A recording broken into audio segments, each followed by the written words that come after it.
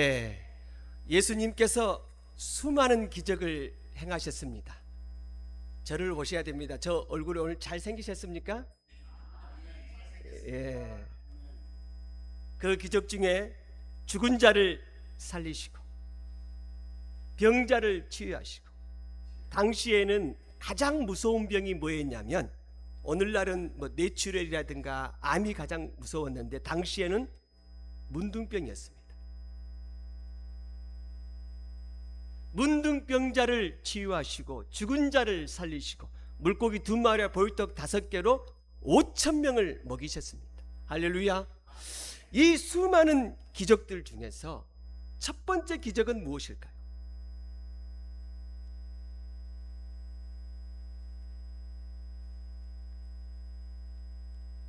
첫 번째란 뜻이 무엇이냐? 이 원어 성경을 보게 되면 1, 2, 3, 4, 1이 아닙니다. 첫 번째는 근원이다, 으뜸이다, 중요하다. 예수님의 첫 번째 기적이 물이 변하여 뭐가 됐습니까? 포도주. 물이 변하여 포도주가 된 사건을, 이 근원이 되는 사건이요, 으뜸이 되는 사건이요, 중요한 사건이다. 그러니까 예수님의 기적의 원리는 이 첫 번째 기적에 들어있다. 첫 번째 기적을 잘 이해하면 이 기적이 나에게 적용된다. 할렐루야. 이 기적이 오늘 이 예배 가운데 나에게 임하신다. 자, 그러면 첫 번째 기적, 물이 변하여 포도주가 된 사건, 어느 지방에서 일어났을까요? 자, 1절, 2절 같이 읽겠습니다. 1절, 2절 시작. 사흘째 되는 날 갈릴리 가나에 혼례가 있어 예수님의 어머니도 거기 계시고 예수와 그 제자들도 혼례 청함을 받았더라. 그러니까 첫 번째란 뜻이 으뜸이 되고 근원이 되고 중요하다니까, 이 으뜸이 되고 중요한 물이 변하여 포도주가 된 이 원리를 이해하면 오늘 우리에게도 동일한 기적이 일어날 줄로 믿습니다. 그 장소가 가나입니다. 가나는 나사렛에서 13km 떨어져 있습니다. 가나는 마을 수가 몇 개 안 됩니다. 100개나 100가구나 200가구 되는 조그만 마을입니다. 나사렛도 아니고 예루살렘도 아닌 조그만 마을에 첫 번째 기적이 일어나는 일이 있었는 줄로 믿습니다. 혼인잔치입니다. 당시 혼인잔치는 7일 동안 했습니다. 자, 질문하겠습니다. 혼인잔치는 당시에는 주로 낮에 많이 했을까요? 밤에 많이 했을까요? 예? 왜 밤에 했을까요? 오, 고맙습니다. 그런데 당시에 중동이 낮에 뜨거웠고 밤이 선선해서 밤이 한 게 아니라 아브라함 때문에, 아브라함에 대한 약속 때문입니다. 하나님께서 아브라함에게 뭐라고 말씀? 너희 자신이 하늘에 뭐처럼? 별처럼 많을 것이다. 그래서 결혼식은 자손을 생산하는 좋은 기간이기 때문에 유대인들은 하늘의 별을 보면서 밤에 혼인잔치를 했고, 이 혼인잔치에 가장 중요한 음식이 하나 있었습니다. 절대적인 음식. 이것은 반드시 있어야 하고 다른 것은 하나둘씩 있으면 됩니다. 이것이 바로 포도주였습니다. 자, 이 혼인식에 등장하는 인물들을 한번 봐볼까요? 예수님이 나오고 또 누가 나옵니까? 마리아가 나오고 제자들이 나옵니다. 근데 누가 없는지 아세요? 예수님의 육신의 아버지 요셉이 등장을 하지 않습니다.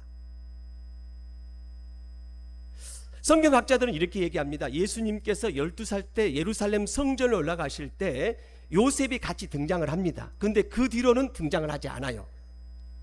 예수님의 남자 동생이 4명이 있었고 여자 동생이 3명이 있었습니다. 총 8명, 예수님과 포함해서 어머니까지 9명. 그래서 요셉이 아마 예수님 어렸을 때 일찍 죽었을 것이다 하는 것이 성경학자들의 공통적인 생각입니다. 그러면 예수님께서 목수의 일을 하면서 9명을 먹여 살리는 소년 가장이었습니다. 자, 여기서 또 마리아를 보게 되면 마리아가 지금 일을 하객으로서 참여하고 있습니까? 주방에서 일을 하고 있습니까? 주방에서 일을 하죠. 그러니까 우리가 혼례식에 누구에게 주방을 맡깁니까? 친척이나 가족이 아닙니까? 그러니까 아마 이 혼례식은 마리아의 친척집이었을 가능성이 높습니다. 그럼 누구의 혼례식이었을까요?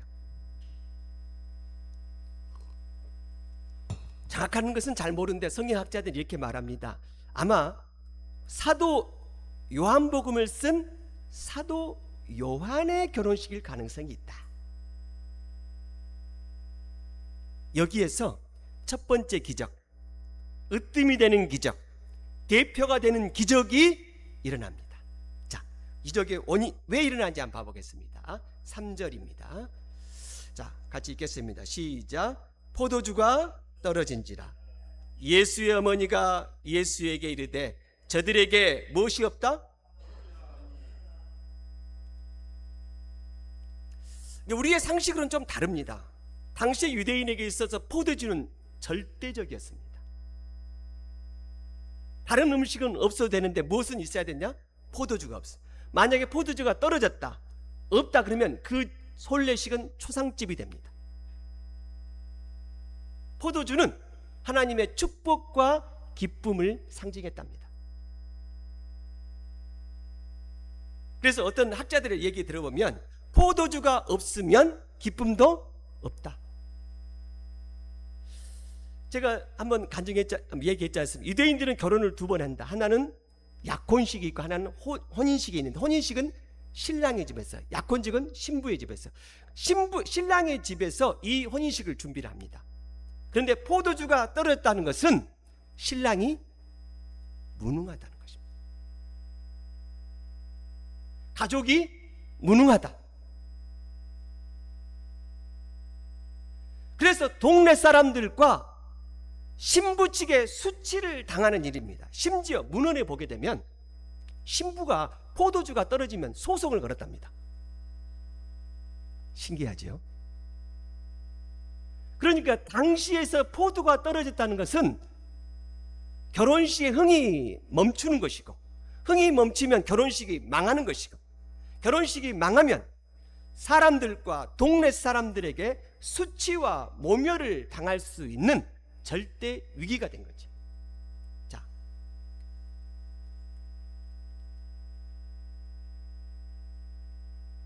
기적은 언제 일어나는가? 포도주가 떨어질 때.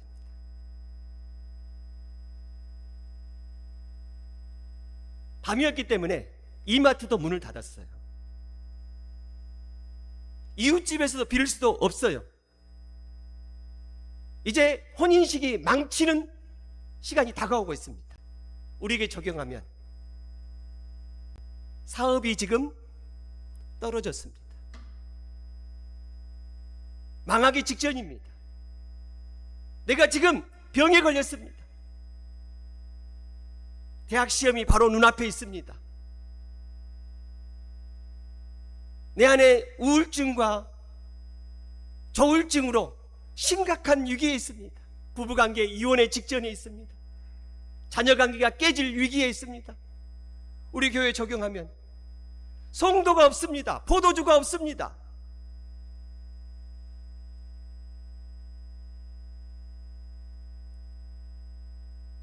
아무것도 염려하지 말고 다만 모든 일에 기도와 간구로 너희 구할 것을 감사함으로 하나님께 아뢰라. 할렐루야. 기적은 언제 일어나는가? 너무 단순하다. 포도주가 없다. 우리 가정의 기적은 너무나 단순하다. 지금 내가 몸이 아프다. 부부관계 위기가 있다. 우리 교회에 너무 단순하다. 성도수가 없다. 그래서 우리는 기적이 필요한 줄로 믿습니다. 내 몸이 아프니까 기적이 필요합니다. 우리 자녀에게 구원의 은혜야 기적이 필요합니다. 우리 사업이 하나님의 물질의 통로가 되고 하나님의 축복의 통로가 되어야 되는 줄로 믿습니다. 우리의 자녀들이 다니엘처럼 에스더처럼 하나님 나라에 쓰임받는 복된 사람들이 되어야 되는 줄로 믿습니다. 그래서 기적이 필요합니다.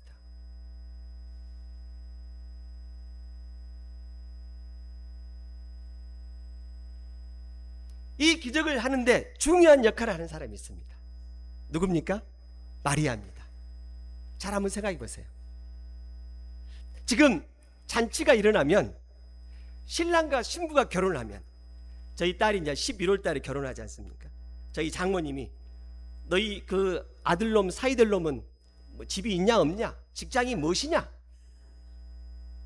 키는 네보다 크냐 작냐, 너보다 잘생겼냐 안 됐냐 막 물어요. 아마 생각해 보세요. 잔치집에 신부가 이제 신랑 집에 왔지 않습니까? 신랑이 예쁘냐, 코 수술했대 안 했대 막 물어봤을 거 아니에요. 눈은 수술을 했구만. 올 때 가방이 샤넬 가방 같기도 하고 신랑이 해줬나? 막 이런 얘기들로 웃음꽃을 피웠을 거 아닙니까? 그리고 포도주에 취해 있고.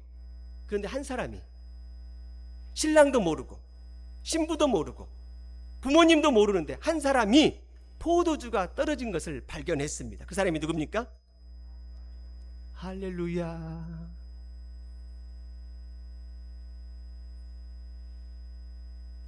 남편이 왜 핸드폰만 보고 있는지, 왜 잠을 못 자는지 잘 한번 살펴보세요. 자녀들이 학교 오게 되면 얼굴에 어떻게 상처가 있는지, 또 학교에서 뭐가 있는지 윽박지르지 말고 조금조금 물어가면서 아이의 마음에 상처가 있는지, 그림자가 있는지, 그늘이 있는지 살펴봐야 돼요. 교회 오시게 되면 목사님이 똑바로 서 있는지, 밥은 먹고 다니는지, 부엌에 가면 김치가 있는지 없는지 어찌해야 돼요? 살펴봐야 돼요.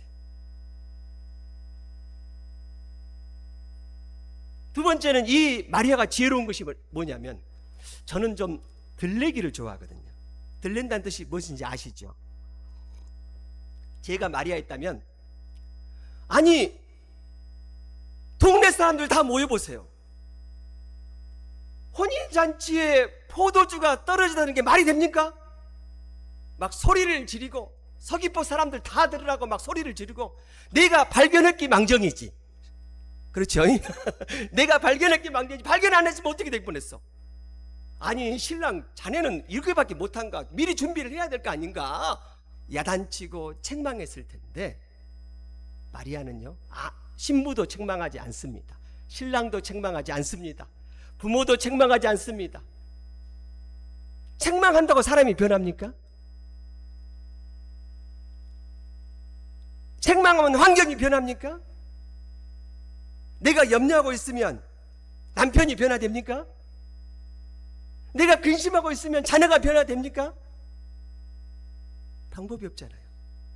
이럴 때 마리아는 생각했습니다. 이 문제를 누가 해결할 수 있을까?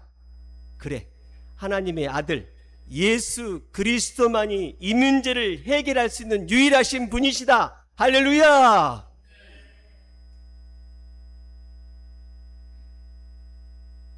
예수님께 말합니다. 예수님, 포도주가 떨어졌습니다.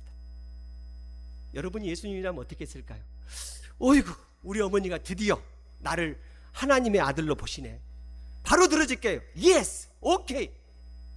그랬을 거 아닙니까? 그런데 예수님이 거절을 하십니다. 이게 오늘 핵심 포인트입니다. 자, 4절로 5절 같이 읽겠습니다. 시작. 예수께서 이르시되 여자여 나와 무슨 상관이 있나이까? 내 때가 아직 이르지 아니하였나이다. 그의 어머니가 하인들에게 이르되 너희에게 무슨 말씀을 하시든지 그대로 하라 하니라. 아멘.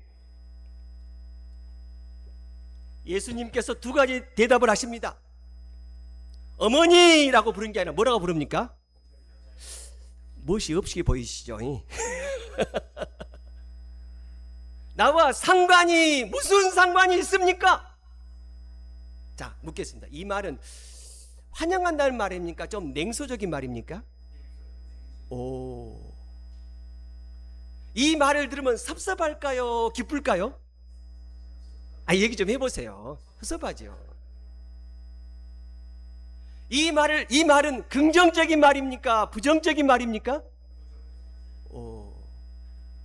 내가 어머니였다면, 아이고 내가 뱃속에 너 낳으려고 이렇게 고생했냐? 라고 말도 하고 막, 됐다, 내가 알아서 할게, 그랬을 거예요.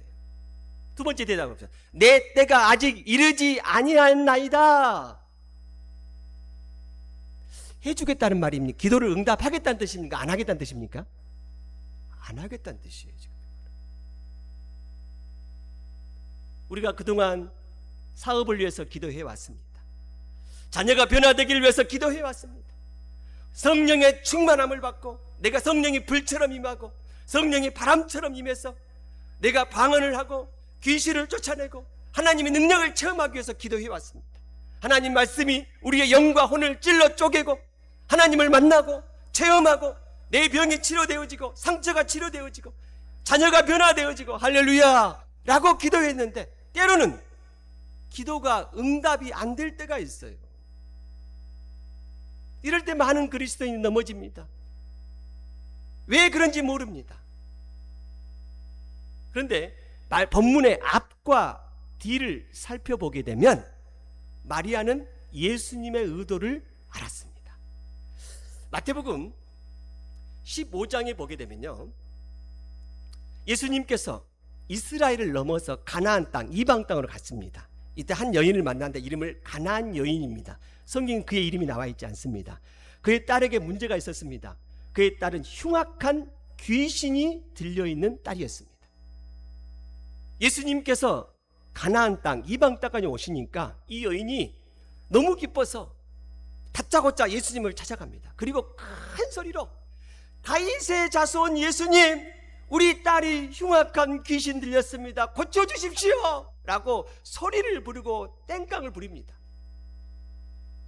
내가 예수님이라면 오케이, 예스 라고 고쳐줬을 것입니다. 그런데 예수님이 아무 대답도 하지 않습니다. 요즘 젊은 사람들은 이것을 뭐라 그런지 아세요? 쌩깐다.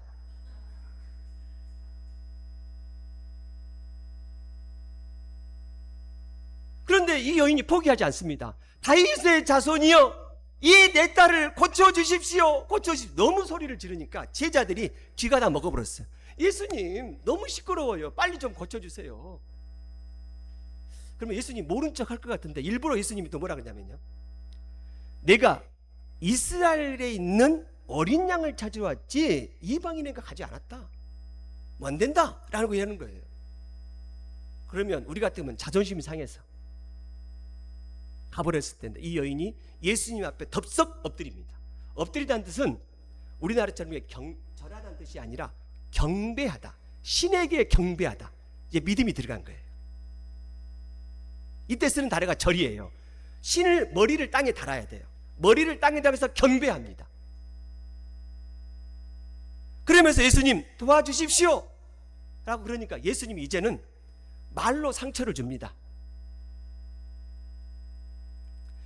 주인의 아들의 떡을 개에게 주는 것이 마땅치 않다. 이 말의 뜻은 너는 무엇이다? 개다.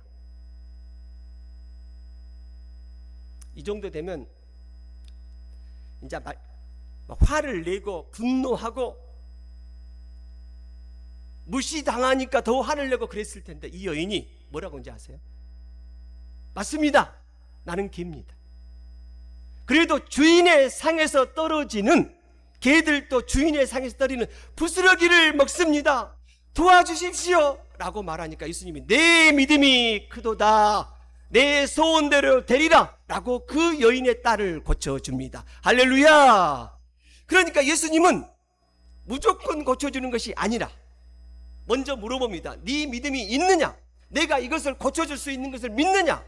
믿습니다 라고 말할 때 내 믿음대로 되리라. 할렐루야. 안 고쳐주고 싶어서가 아니에요. 능력이 없어서가 아니에요. 싫어서가 아니에요. 하나님이 일하실 때 반드시 무엇이 필요하냐? 믿음이 필요해요. 하나님이 일하실 때 반드시 뭐가 필요하다고요? 믿음이 필요해요. 우리의 생각을 믿는 것은 신념이에요. 사람의 말을 믿는 것은 신념이에요. 잘할 수 있다. Yes, I can. 나는 잘할 수 있어. 긍정적인 생각. 이것은 신념이에요. 뭐라고요? 신념. 그러면 신념과 믿음은 무엇이 차이가 있느냐? 믿음은 무엇을 믿느냐? 긍정적인 생각을 믿는 것이 믿음이 아니에요. 믿음은 하나님의 말씀을 믿는 것이 믿음이에요. 하나님은 할 수 있습니다. 하나님은 전능하십니다. 하나님은 내 자녀를 바꿀 수 있습니다. 하나님은 내 상처를 치료할 수 있습니다. 하나님은 내 병을 치료할 수 있습니다. 믿는 것이 뭐다고요? 믿음이에요. 믿음은 생명과 같아요. 그래서 자라나요.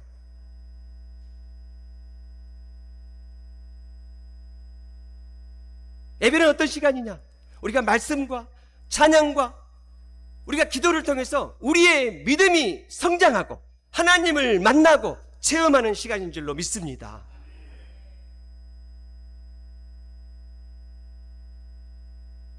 우리 조한이 형제가 아멘을 안 했어요. 뒤에 앉았다고 아멘 안 하시면 안 됩니다. 마리아는 예수님의 의도를 알았어요. 예수님이 들어주기 싫어서가 아니다. 예수님이 나를 싫어서가 아니다. 예수님이 믿음 능력이 없어서가 아니다. 예수님은 나에게 지금 믿음을 요구하시고 순종을 요구하신다. 마리아는 분노하지 않았습니다. 섭섭하지 않았습니다. 원망하지 않았습니다. 포기하지 않았습니다. 하나님은 나를 물질의 통로로 삼기를 원하신다. 할렐루야. 하나님은 내 병을 치료하기를 원하신다. 하나님은 내 영혼이 성장하기를 원하신다. 하나님은 나를 다니엘처럼 에스더처럼 사용하기를 원하신다. 포기하지 않았습니다. 그리고 종들에게 말합니다. 예수님이 무슨 말을 하든지 그대로 하라. 믿음을 드려버렸어요. 순종을 드렸어요. 오늘 예배에 오는 것이 비도 오고 바쁜 일들 있었지만 순종해서 예배드리고, 우리 영광이가 내일 시험 본대요. 학원 선생님이 막 닥달을 하시는 것 같아요. 막 거기서 공부하라고. 그런데 안식일을 기억해서 거룩히 지키고 말씀을 지키는 우리 영광이에게 하나님께서 지혜를 주시고 능력을 주시기를 소원합니다. 순종하는 자에게, 믿음을 드리는 자에게 하나님이 응답하실 줄로 믿습니다. 자, 어떻게 순종하는 거 봅시다. 우리 6절로 7절입니다. 같이 읽겠습니다. 시작. 거기에 유대인의 정결 예식을 따라 두세 통 드는 돌 항아리 6이 놓였는지라. 7절까지. 예수께서 그들에게 이르시되 항아리에 물을 채우라 하신즉 어디까지? 아기까지 채우니. 내가 종들이 했다면 이렇게 물어봤을 거예요. 예수님, 바닷물을 채울까요? 삼다수물을 채울까요? 이 물을 절반만 채울까요? 아기까지 채울까요? 언제 이 물을 채울까요? 어떻게 채울까요? 물어봤을 것입니다. 그런데 그 종들은 마리아의 명령대로 무슨 일을 하든지 그대로 행하라. 할렐루야.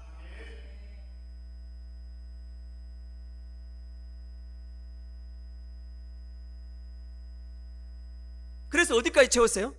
아귀까지. 적당히 채우면 적당한 기적이 납니다. 하는 척만 하게 되면 아무 일도 일어나지 않습니다.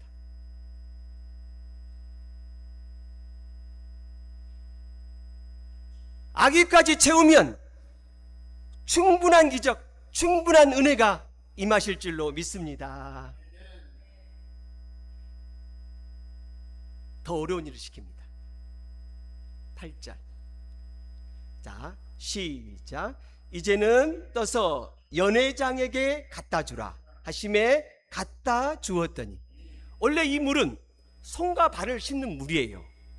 자, 이 물을 떠서 우리 오 권사님 갖다 주라, 장 권사님 갖다 주라, 우리 권사님들 갖다 주라 라고 하면 쉽잖아요. 왜? 매우 합리적이니까, 매우 이성적이니까. 그런데 이 물을 누구에게 갖다 주라?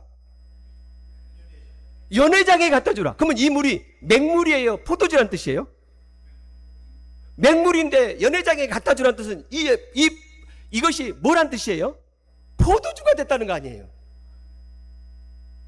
자, 놀라운 것입니다. 물을 떴어요. 물을 떴는데 이 물이 포도주일까요? 맹물이었을까요? 맹물이었어요. 보이는 것은 맹물이에요. 그럼 이것은 손과 발을 씻어야 돼. 누구에 갖다 주라? 연회장에 갖다 주라. 이성을 초월한 거예요. 상식을 초월해요. 경험을 초월해요. 과학을 초월해요. 이게 신앙이에요. 보이는 것은 맹물이라니까요.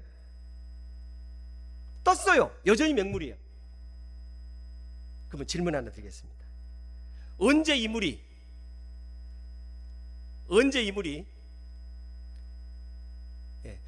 물이 포도주가 되었을까? 9절 10절 시작. 연회장은 물로 된 포도주를 맛보고도 어디서 났는지 알지 못하되 물떠온 하인들은 알더라.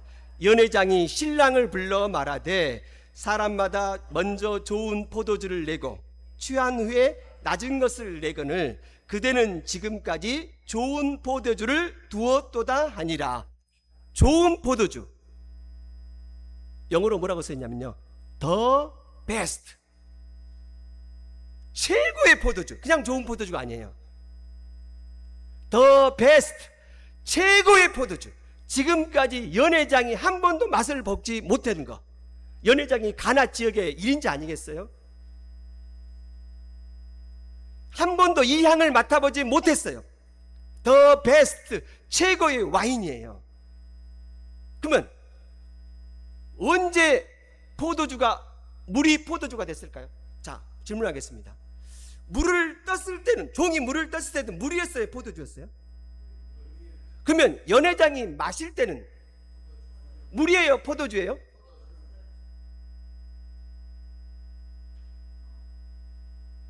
그럼 언제 물이 변화해 포도주가 됐을까요? 물을 떠서, 분명히 물인데 예수님이 주라 하시니 말씀에 의지해서 가는 순간 가서 드렸더니 연회장이 마신 것은 물이 아니라 뭐다고요?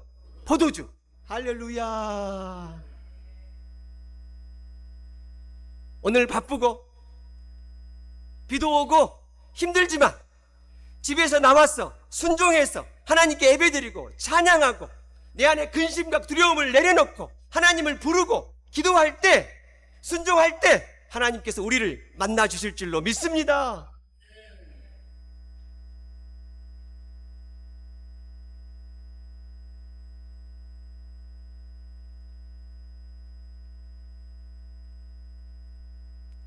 연회장이 마셨던 포도주 상표가 있어요. 상표가 무슨 상표인지 아세요? 물로 된 포도주. 할렐루야. 시작. 물로 된 포도주. 자, 그리고 한번 봐보세요. 9절을 보게 되면 하인들이 떠올 때 포도주를 떠옵니까? 물 떠온 하인들이라 그러잖아요. 그렇죠? 포도주를 떠왔습니까? 물을 떠왔습니까? 물을 떠왔어요. 물 떠온 하인들. 하인들은 분명히 물이었어요. 그런데 연회장이 하는 얘기가, 아니 이렇게 좋은 The best wine, 이렇게 좋은 와인이 어디 있느냐? 신랑을 불렀어요. 사람들은 처음에는 좋은 걸 놔두고 나중에는 나쁜 걸 갖다 주는데, 너는 우리가 취한 후에 가장 좋은 포도주를 내어 놓았도다. 할렐루야.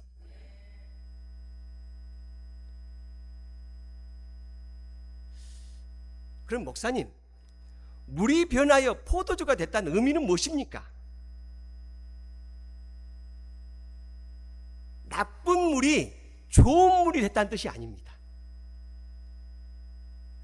악취가 나는 물을 제거했다는 뜻도 아닙니다.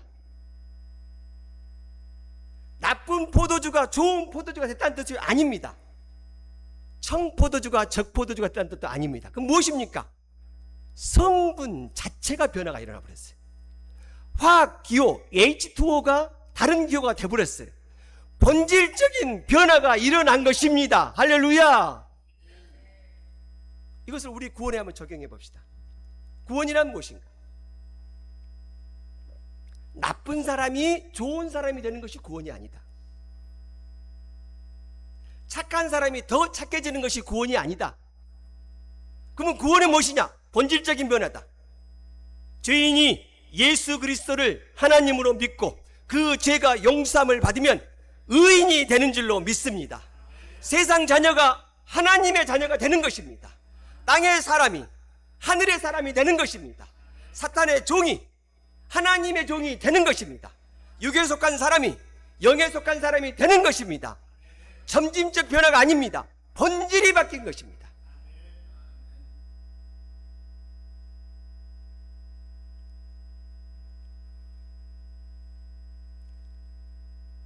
이 연회장이 이 포도주를 맛보고 나면서 너무 기뻤습니다. 그래서 사람들에게 외칩니다. 이렇게 좋은 포도주가 어디서 났느냐? 그때 씩 웃고 있는 사람 한 사람이 있었습니다. 신랑도 모릅니다. 신부도 모릅니다. 집주인도 모릅니다. 누구나 압니까? 할렐루야. 물 떠온, 포도주를 떠온 하인이 아니라 뭘 떠온? 물 떠온.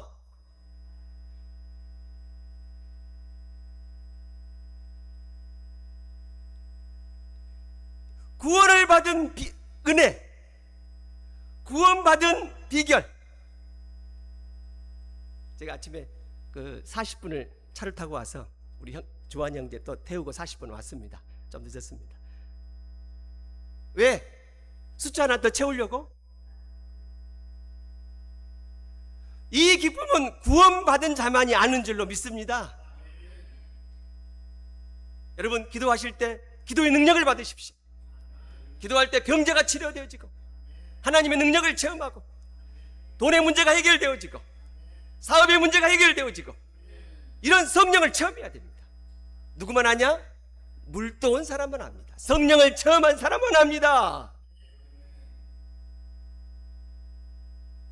제가 우리 권사님들과 장로님들 옆에서 보면서 보니까 몸에도 열도 있고 무릎도 아프시고 허리도 아프시고 물론 병원 가야 됩니다. 병원에 약도 드셔야 됩니다. 좋은 병원 가셔야 됩니다. 좋은 의사 만나야 됩니다. 그런데 의사가 다 고칠 수 있습니까? 고칠 수 있습니까? 없어요. 하나님 치료해 주세요. 할렐루야. 하나님 내 암을 치료해 주세요. 내 우울증을 치료해 주세요. 내 열등감을 치료해 주세요. 나에게 지혜를 주세요. 이것은 응답을 받아본 사람이 아는 거예요. 할렐루야.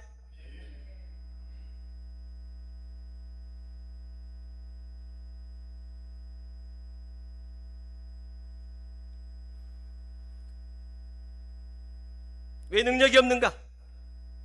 체험이 없기 때문이다. 왜 체험이 없는가? 내가 순종하지 않았기 때문이다.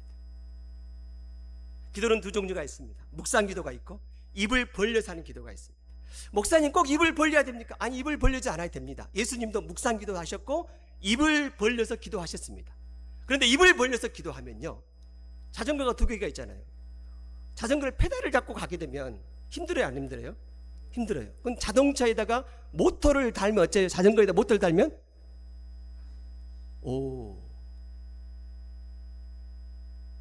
부르짖으십시오. 할 말이 없으면 주님 나를 만나 주십시오. 주님 은혜를 주십시오. 성령 충만을 주십시오. 반복하십시오. 할렐루야. 예수님도 반복했습니다. 어느 순간 내 입에서 모터가 돌아가기 시작합니다. 기도가 막 저절로 나와요. 밥을 먹을 때 막 나와요. 차 운전할 때 막 나와요.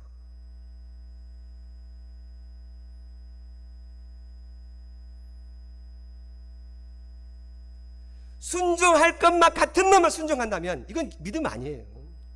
상식이지.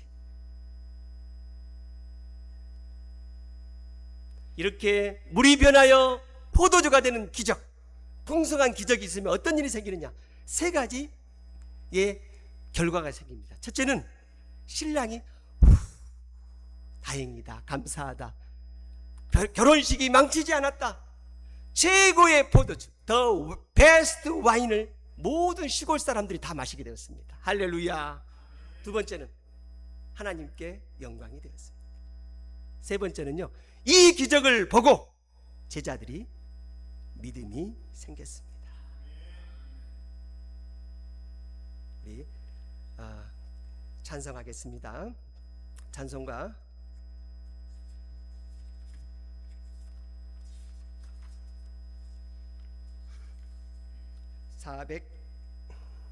305장 찬양하겠습니다.